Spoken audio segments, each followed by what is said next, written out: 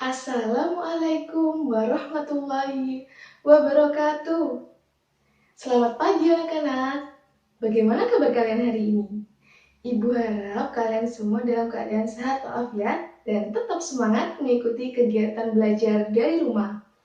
Dan jangan lupa selalu menjaga kebersihan ya. Nah, kembali lagi bersama saya Ibu Ina. Pada pertemuan kali ini, kita akan belajar mengenai urutan cerita menarik dalam teks eksplanasi. Nah, sebelum memasuki materi, kalian semua harus mengetahui tujuan pembelajaran dan kompetensi dasar pada pertemuan kali ini. Kompetensi dasar pada pertemuan kali ini yaitu menyajikan informasi dan data dalam bentuk teks eksplanasi secara lisan dan tulis dengan memerhatikan struktur, unsur kebahasaan, atau aspek lisan. Tujuan pembelajaran. Yang pertama, siswa mampu menyajikan informasi mengenai objek atau fenomena yang diamati dalam bentuk teks eksplanasi secara lisan atau tulis dengan memperhatikan struktur, unsur kebahasaan, atau aspek lisan. Yang kedua, siswa mampu menyajikan data mengenai objek atau fenomena yang diamati dalam bentuk teks eksplanasi secara lisan atau tulis dengan memperhatikan struktur, unsur kebahasaan, atau aspek lisan. Nah, anak-anak, pada pertemuan sebelumnya tentang teks eksplanasi, kita sudah membahas mengenai pengertian, ciri-ciri, isi, dan struktur yang ada pada teks eksplanasi. Apakah kalian masih ingat? Kita review sebentar ya. Yuk kita simak. Teks eksplanasi merupakan teks yang menjelaskan proses terjadinya suatu fenomena alam, sosial, maupun budaya.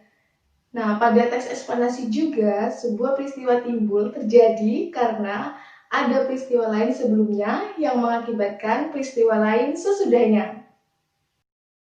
Ciri-ciri dalam teks eksplanasi.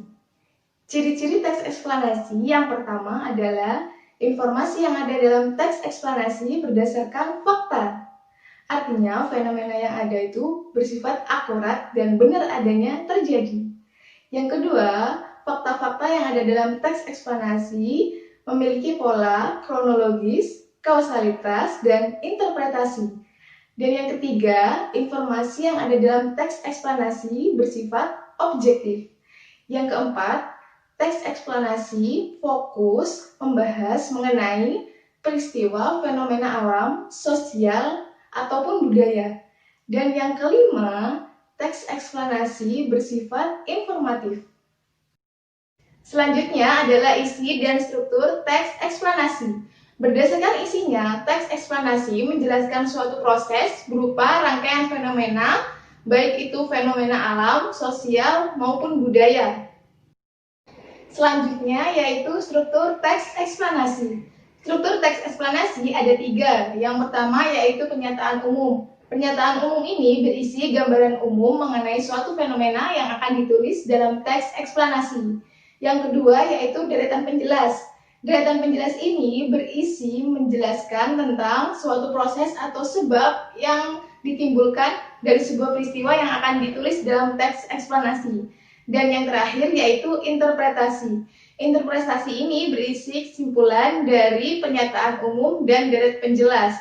Nah, pada interpretasi ini penulis juga bisa menambahkan argumennya.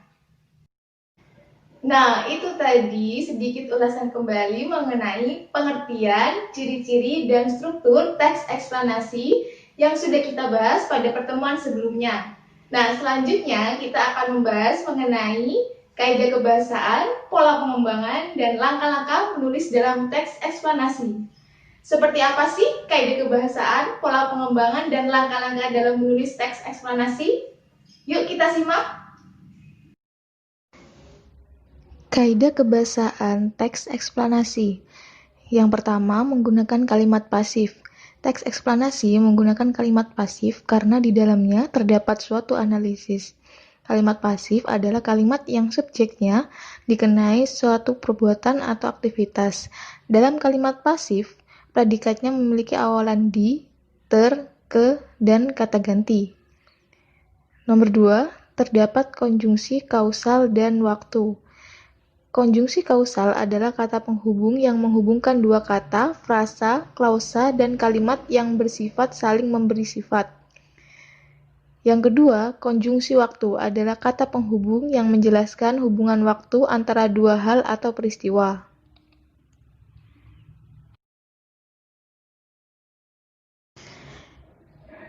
Yang ketiga, yaitu terdapat istilah ilmiah. Istilah ilmiah adalah teks eksplanasi digunakan untuk memperjelas suatu definisi, hubungan sebab akibat dari fenomena yang ditulis. Yang keempat, menggunakan kata kerja material dan relasional. Kata kerja material adalah kata kerja yang digunakan untuk menunjukkan perbuatan fisik atau peristiwa. Sedangkan kata kerja relasional adalah kata kerja yang digunakan untuk menunjukkan hubungan sebab akibat. Dan yang kelima yaitu bersifat informatif. Teks eksplanasi bersifat informatif, artinya memberikan informasi kepada pembacanya. Informasi yang diberikan harus berdasarkan fakta yang ada dan tidak dibuat-buat. Selanjutnya adalah pola pengembangan dalam teks eksplanasi. Teks eksplanasi dapat disusun dengan berbagai pola. Pola-pola tersebut antara lain, pertama, pola deduktif umum ke khusus. Yang kedua, pola induktif umum ke khusus. Yang ketiga, pola pengembangan proses. Kemudian yang keempat, pola pengembangan sebab akibat. Yang kelima, pola pendefinisian. Selanjutnya, bagaimana sih langkah-langkah dalam menulis teks eksplanasi? Langkah yang pertama yaitu menentukan objek dari suatu fenomena atau peristiwa yang akan ditulis menjadi teks eksplanasi. Yang kedua, yaitu mengumpulkan data atau informasi yang berkaitan dengan objek tersebut. Nah, yang ketiga, yaitu menyusun struktur menjadi kerangka karangan. Yang keempat, yaitu mengembangkan struktur teks menjadi teks eksplanasi. Yang kelima, yaitu memberikan judul pada teks eksplanasi. Dan yang keenam, yaitu memeriksa ketepatan yang berkaitan dengan kaidah kebahasaan dan struktur teks eksplanasi. Nah, anak-anak, itu tadi pembahasan kita pada pertemuan kali ini mengenai kelanjutan dari teks eksplanasi. Nah, agar kalian lebih memahami bagaimana sih teks eksplanasi itu, yuk kita simak video berikut ini.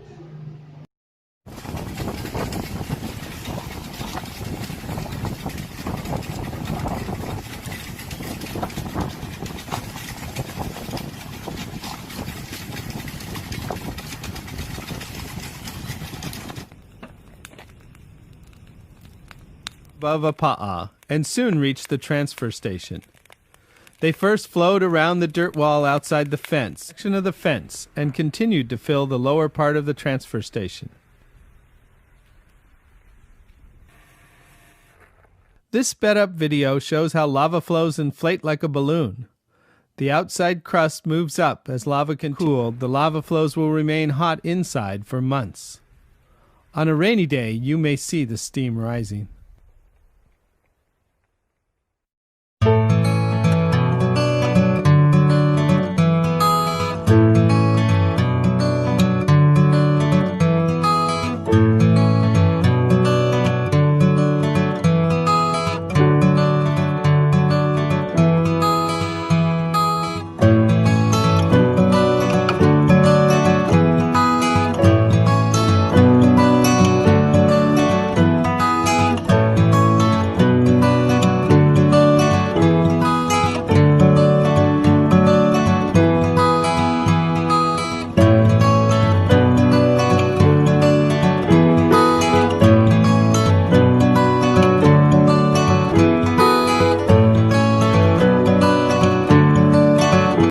Anak-anak, itu tadi pembahasan kita mengenai urutan cerita menarik dalam eksplanasi.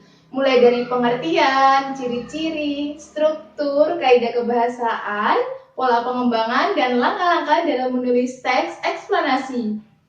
Nah, Ibu harap kalian semua dapat memahaminya ya. Sampai jumpa pada pertemuan selanjutnya. Jangan lupa tugas-tugasnya jika dikerjakan. Tetap semangat ya. Terima kasih. Wassalamualaikum warahmatullahi wabarakatuh.